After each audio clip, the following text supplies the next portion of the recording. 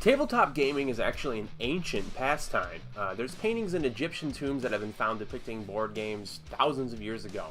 Dice, carved out of ivory and bone, excavated all over the world. Today on the show, we're going to talk about a game that takes place in an ancient time and steeped in its own world's mythology.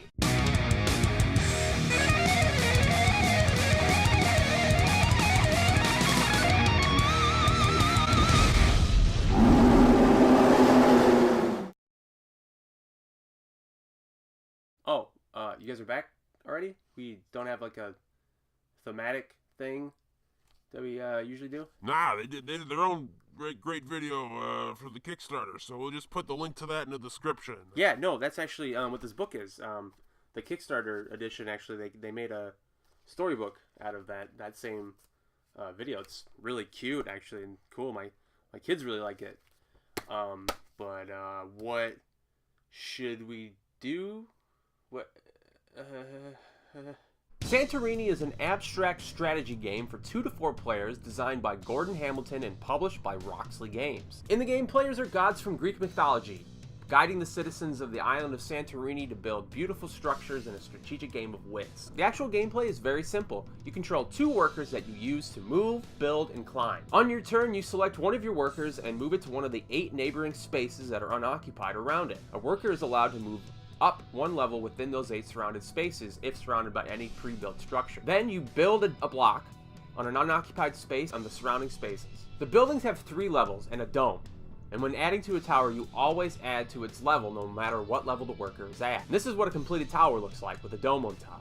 Domes are used to block movement. You cannot move on a character on a dome. It also covers the win spot, basically the 3rd level, to where you have to place your character to be able to win. If you move one of your pawns to the 3rd level, you win. The basic game by itself is a solid abstract game with plenty of strategic thinking and positioning.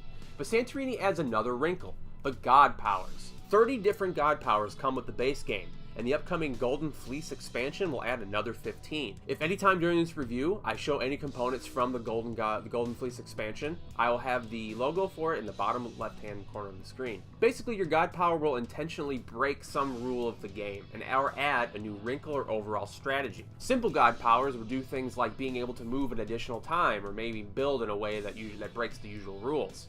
The Advance and Golden Fleece expansion gods bend the rules even more, and some will add totally different mechanics to the game, such as hidden movement, obstacles to avoid, and even portals.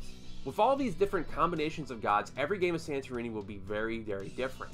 Suddenly, strategies that have worked before will be completely useless. You'll have to rethink how you play every time. And certain matchups will have entirely different results. Now, for what I've played, the god powers all feel very fun.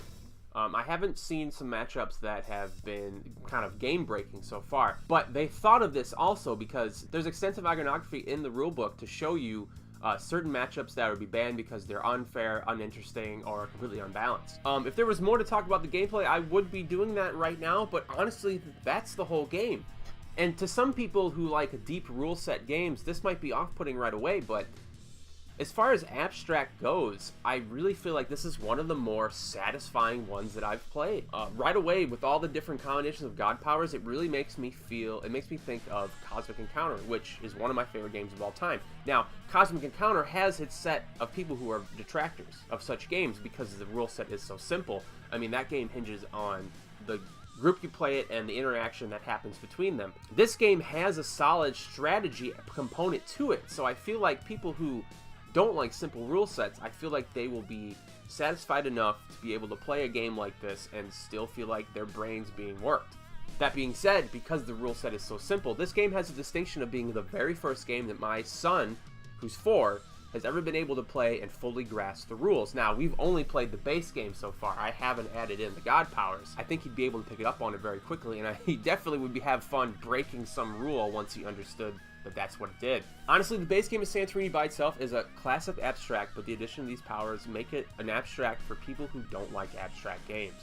Now, even in addition to the extra god powers that the Golden Fleece expansion adds, they also add other 2 variants. The Golden Fleece variant, a ram figure is placed on the board, and a god power is assigned to it. Now, the way it works is it stays there on that spot, and anytime that anyone starts their turn adjacent to the ram figure, they get that god power. So rather than each of you having your own, you're going to be trying to fight for position to share this one. And then the Golden Fleece also adds hero powers. So instead of everyone getting a god power, you get a hero power that, instead of a persistent effect, is a one-time use. Now, usually they're weaker, but they can have a strategic application to it where you can think, okay, when's the best time to use this power? So charming is the first word that always comes to mind when I am asked to describe this game. And it's not just the art by Mr. Cunnington, which is fantastic. And then, of course, we can't not talk about the high-quality components. Charming little pieces that you get to build and climb on high-quality components. It just makes this game a joy to have at the table. And clever would be the second word. Some of the god powers really surprised me, and the fact that there's so many surprised me too. I figured there'd be maybe 10 to 12, since there's only so many rules to break. There's so many variations of this gameplay that I thought you could do, but they explored everything, especially the games in the Golden Fleece expansion. There's some really interesting things there that fundamentally changed the game. Now, there might be something there that you don't like. There might be a god power that you might not care for, the way it changes the game. And the great thing is, there's so much here, you can choose to not play with those. That's kind of what makes this package so enticing. I wish I could be more critical of it. Again, it's an abstract game, so it's not going to be for everyone. I don't know, the gameplay is just so pure and good, I don't see why everyone shouldn't want to at least try it once. They must have play tested all these matchups and told you right off, these are the ones that you shouldn't play with together. They won't work. That is a high quality production right there. The fact that the game company knew that going in and wanted to make sure that everyone had a good time playing this game speaks volumes to me. Santorini is a fantastic game. Ask your retailer about it. Check it out. Thank you guys so much for watching the show. Like, share, subscribe, all that stuff. We got exciting stuff coming your way. I love doing this show. Thank you so much.